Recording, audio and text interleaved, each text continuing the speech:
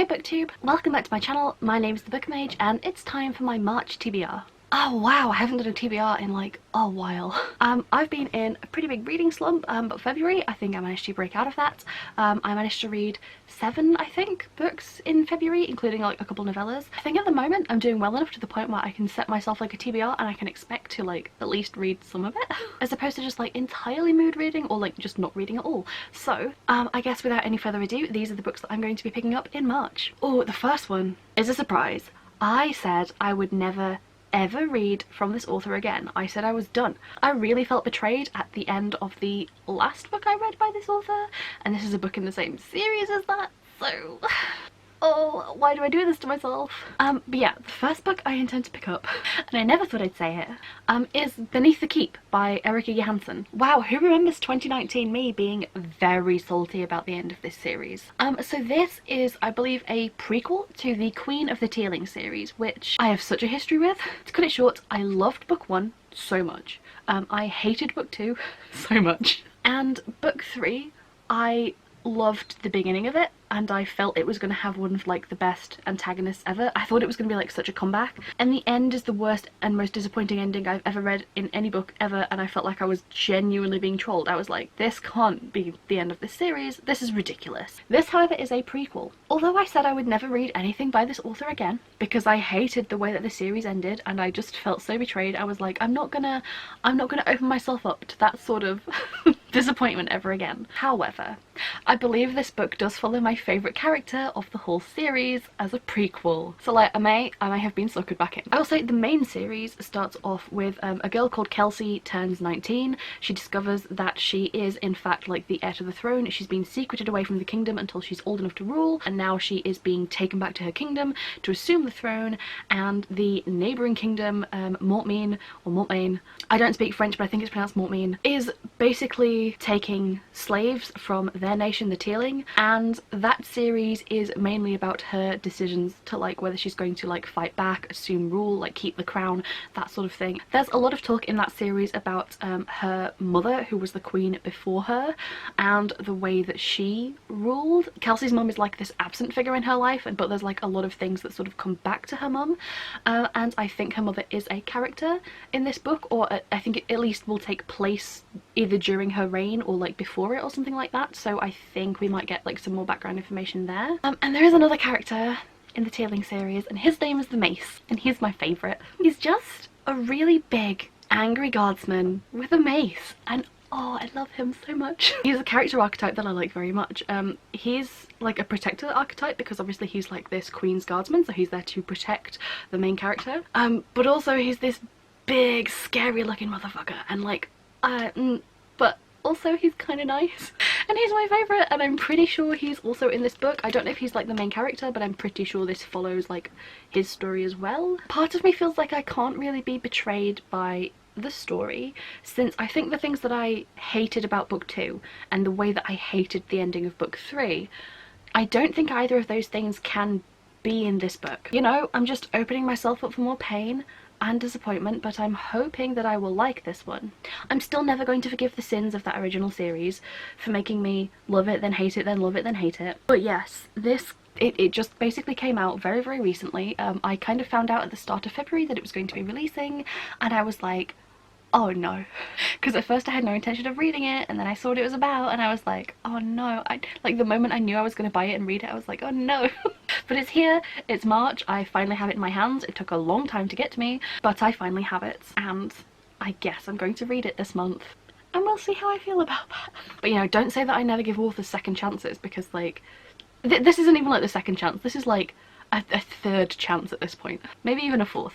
Okay, now that that rant is out of the way, the next book, or one of the next books that I want to read in March, is Ruthless Gods by Emily A. Duncan. This is the sequel to Wicked Saints, which is a book that I had a lot to say about. There are a lot of things in that book that I really should enjoy, like on paper, but I kind of hated more about the book than I liked. I also acknowledged that Emily A. Duncan was coming from being a fanfiction writer, and that this is her like first published novel, and that, you know, it's the first of a series, and I was thinking that it might get better along the way. Now, so this is book 2, and it's much chunkier than book 1, and I'm assuming that we can't have like any like insta-love, like romance in this, because we kind of got all the insta-love out of the way in book 1. So at this point it's just like an established thing.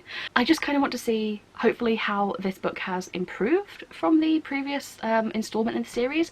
I'm really hoping that this goes on to like capitalize more on all the aspects of the book that I really liked, and I'm hoping that the flaws that were in book 1 and like a lot of the issues I had in book 1 are like, you know, they've been worked on, they've been lessened, they've been like evened out. I don't have high hopes, but I do have hope. Yes, obviously it looks very like gothic and beautiful. The first book follows a girl called Nadia, who she's kind of like a saint.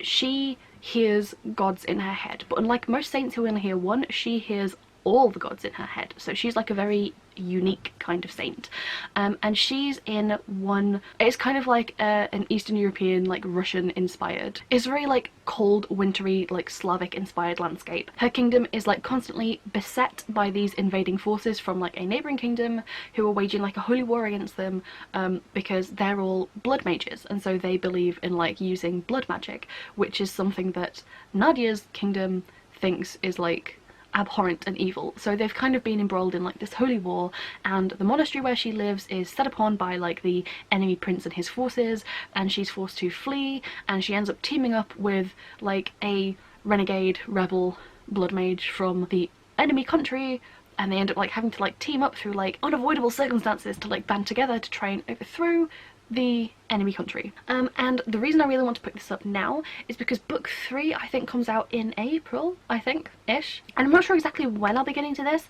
but I know that there is a readathon going on called Tome Topple, which is all about reading books that are over 500 pages in length, and this is like 530 something pages I think when I checked. So I think Tome Topple starts on the 15th of March, so if it gets to the 15th of March and I have not picked this up yet, I think I will be picking this up and trying to read it from the 15th of March before the end of Tome Topple, to try and get this quite large book out of the way. Okay, this is the point where I admit these are really the only 2 books I definitely know I'm going to be reading this month. However, there are a couple others that I think I might get to, and there is another readathon that I would like to take part in. So I'm kind of trying to leave myself a little bit open. Yes, also this month is Becca's Bookoplathon, which is a 48-hour read-along, and that's happening over the weekend of, I think it's the weekend of the 20-something. I'm bad with dates. I don't know when anything is. But yeah, that is happening this month as well, and I would like to take part because it's a weekend 48-hour readathon, and I would maybe just like to spend a whole weekend just reading and being like part of a readathon. Now that readathon does have live prompts, so it's going to be very hard for me to like try and preempt what books I might want to read then. I think there are 2 prompts out already for like your first book, and I think it's something like a fantasy book or like a book with a black or dark cover, so this could count for like both of the prompts really. Maybe I could read that in 48 hours, but I'm thinking I'm going to try and aim for novellas, maybe, or smaller books. So I am just trying to like keep myself open as to like what I might read for that readathon, but I'm leaning towards, if we get anything to do with like sci-fi, I'm leaning towards obviously the Murderbot series.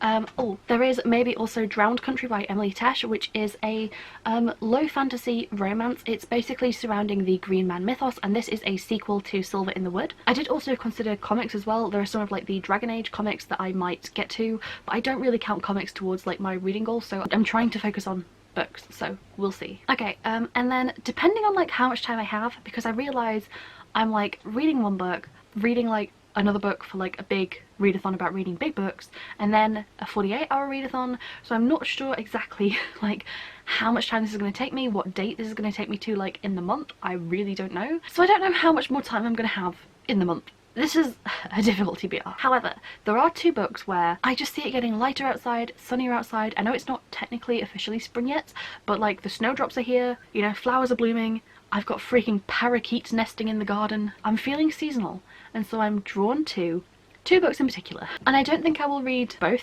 this month. It would be nice, but I think I would like to get to maybe at least one of them. So of those books, the first is Assassin's Apprentice by Robin Hobb. This is the first in Robin Hobb's realm of the Elderling series, and I believe this one follows a character who's like the bastard son of like a royal or like a highborn or something like that, and in order to either protect him or get him out of the way or keep him secret, I'm not sure, I believe he's like packed off to go and be the apprentice to an assassin, and that just sounds fantastic. I do want to read this so bad. It sounds so good. So this is definitely like an optional sort of TBR, like I would like to get to this. But also the other book I might end up choosing to read instead, because I don't think I have time for both this month, is Dragonflight by Anne McCaffrey. This is the oldest book on my TBR. I've had this, I'm pretty sure, for over 20 years. Like, you can probably tell that this is a very old copy. So yeah, again, something about like the change in season makes me really want to finally pick this book up. I keep thinking about picking this one up, and so I think if I have time this month, this might be the month. This is another potential read. Again, not sure whether I can fit both of these on as well as these two books plus like the readathon books, but we will see. This one, I think it has quite small font and like it's very dense. Yeah, so this is like a pure science fantasy book. I believe this is set on a planet that is not Earth, and I believe that there was like, I think it's something to do with like humans have settled this planet, and since then they've maybe regressed to like this more like classical fantasy style society, and there are dragons, but the plot is very like sci-fi-y while also being very fantasy-y. So I think between these two books, I think the one I'm most likely to pick up is maybe Dragonflight, just purely on the basis that although this is longer and a bit more dense, Assassin's Apprentice does have two books that will follow on, so it might be that if I read that I will then end up wanting to read like the whole series non-stop, and that could be like a big commitment. So I don't know if that's how I will feel when I read that book, but if I do just get the urge to want to go on to the next book, then I want to be able to do that, and I don't want to feel like I'm bound up by like other bookish commitments, and that I should be able to do that. So I might choose this one just because it's maybe the safer option in terms of like my schedule, but we'll see. Yeah, so this is one where I feel like I know a lot about this book, but also maybe not a lot about this book.